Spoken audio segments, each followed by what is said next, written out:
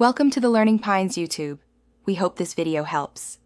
You'll begin by preparing both devices so pairing goes fast. Turn on the Brezza head unit and select Bluetooth or phone on the screen.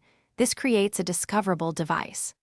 On your phone, enable Bluetooth and location services and set visibility to visible or discoverable. Once done, position the phone near the dashboard and keep the car in accessory or ignition on state so the system stays awake. This ensures the head unit advertises properly, and your phone can detect the Brezza immediately. You now select and confirm the connection.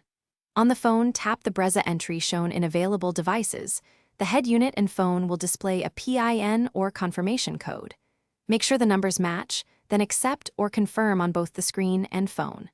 Once paired, the head unit will request permissions for contacts and media. Grant those so calls and audio work correctly.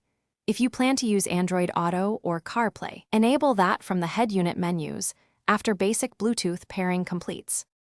Finish by making the connection reliable for daily driving. On the phone, mark the Brezza as trusted or auto-connect so it joins automatically next time, then test an outgoing call and play music to confirm audio routing.